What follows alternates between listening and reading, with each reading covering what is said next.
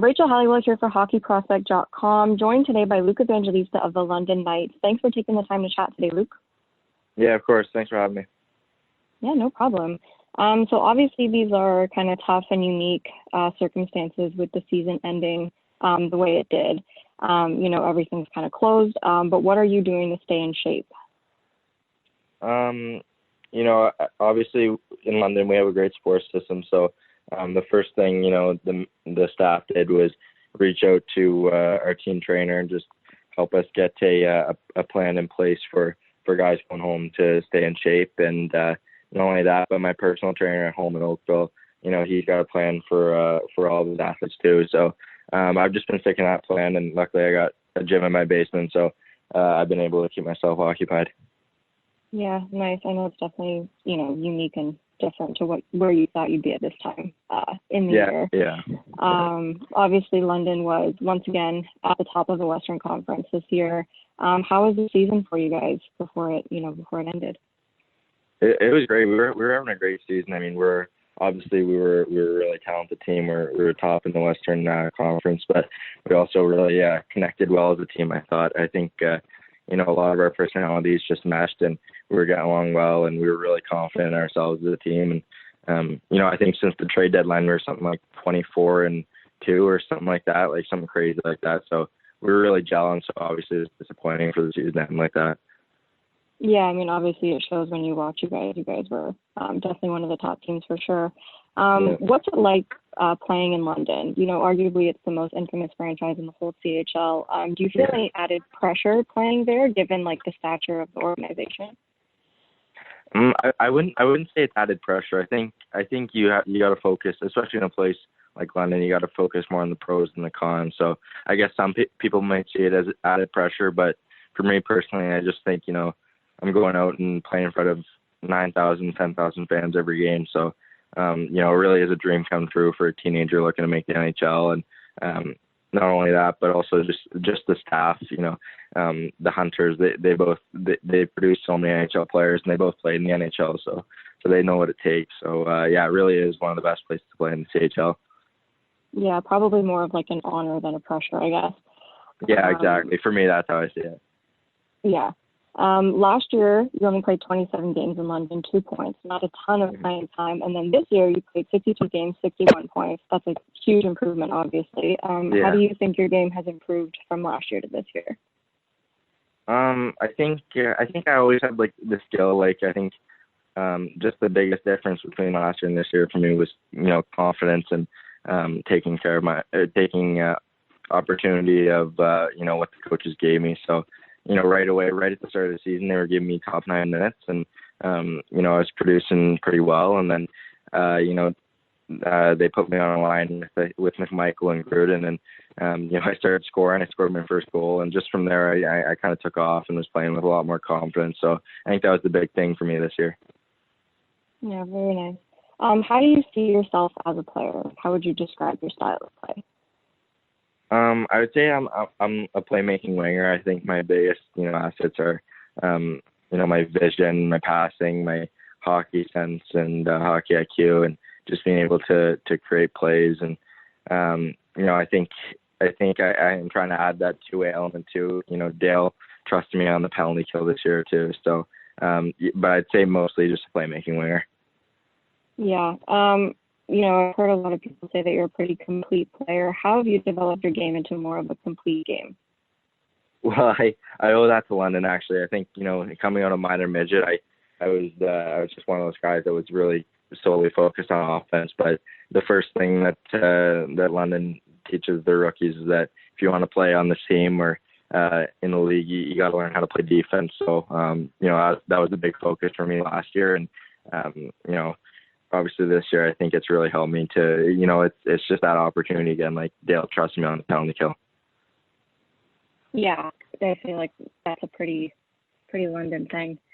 Mm-hmm. Who are some people in your life besides your parents that have helped you grow your game and become the player that you are today?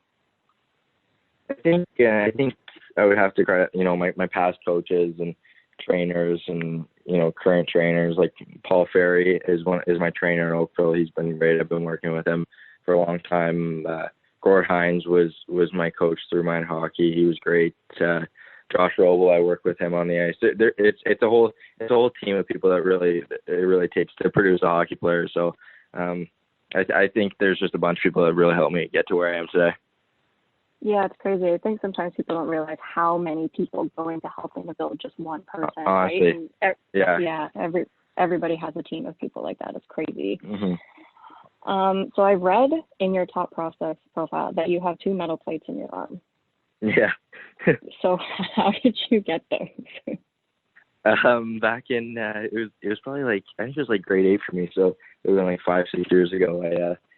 I just got hit in the boards kind of awkwardly, and my arm just snapped, and I knew right away. So I just got right off the ice and went to the hospital to go get it checked out, and they said, it was both the bones were broken, and I was gonna need metal plates in my arm. That's insane. So you were like 13, and they were like, "We're gonna have to put some metal plates in your arm." That's wild. Yeah, honestly, it was shocking for me. Like I couldn't believe it almost. Yeah. What was the like the process after that? Like I'm sure it was quite an adjustment. Yeah, it took a while to get back. Like, and being a 13-year-old kid too, like you're not going to be as patient or understanding. So I was trying to rush to get back. I was trying to convince my parents to let me get back to playing and training. But thank God for them, because they made me take it slow, and took a couple of months off just to let it heal and rehab. And fortunately, I've been good since then. And now I don't even notice that they're in my arm. Yeah, that's crazy. I just thought that was pretty unique. There's not too many people you run into had 2 metal plates in their arm. So that's pretty crazy. Who is someone that you look up to and try to model your game after? I think guys like Mitch Marner or Nick Suzuki. Those are kind of guys like I think have really good playmaking abilities, and obviously they're great with the puck. But one thing I admire especially about Marner's game is he was trusted on the penalty kill with the Leafs this year, and he's just as good with the puck as he is without the pucks, and he's just working hard all over the ice. So I try and take that kind of stuff out of their games. Yeah, former London Knight too. Yeah, exactly. Yeah. What part of your game is something that you're constantly trying to work on and improve?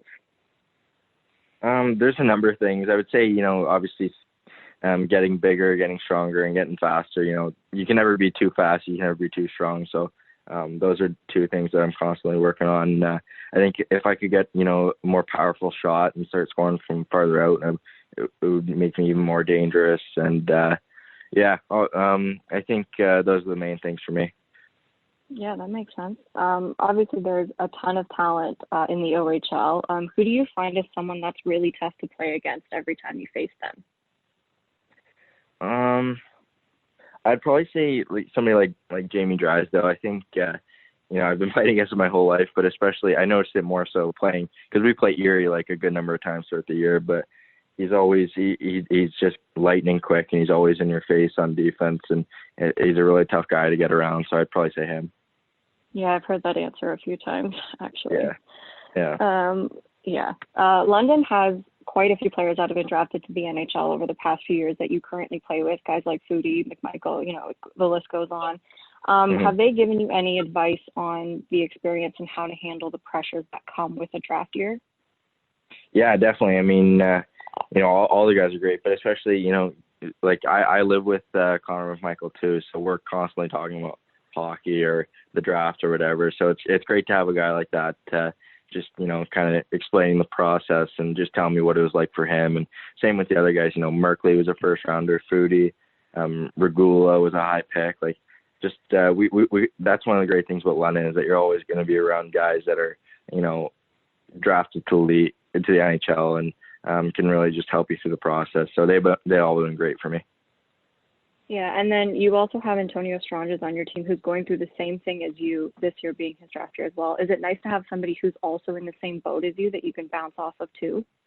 Yeah, absolutely. I mean, obviously Tony's a great player, and we get along really well. So to have that guy, with you throughout the journey is great. We can just talk about it all the time.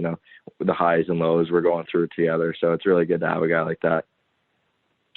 And then just going back to the McMichaels, the Foodies, the Ragulas, the Merkleys, have they, taught you anything about how to elevate your game to the next level? Yeah, I mean, obviously playing with them and talking to them, when we get back to the bench about, about plays that we see on the ice, or hey, maybe try this next time. That's really helpful. But also, just like you said, like being in London, there's a lot of people watching you. So, I think one of the things you got to work on right away, and what they told me is, you kind of just got to block out the noise, and there's gonna be people that love you, and there's gonna be people that don't like you. So, you just gotta, block that stuff out and just try and please yourself.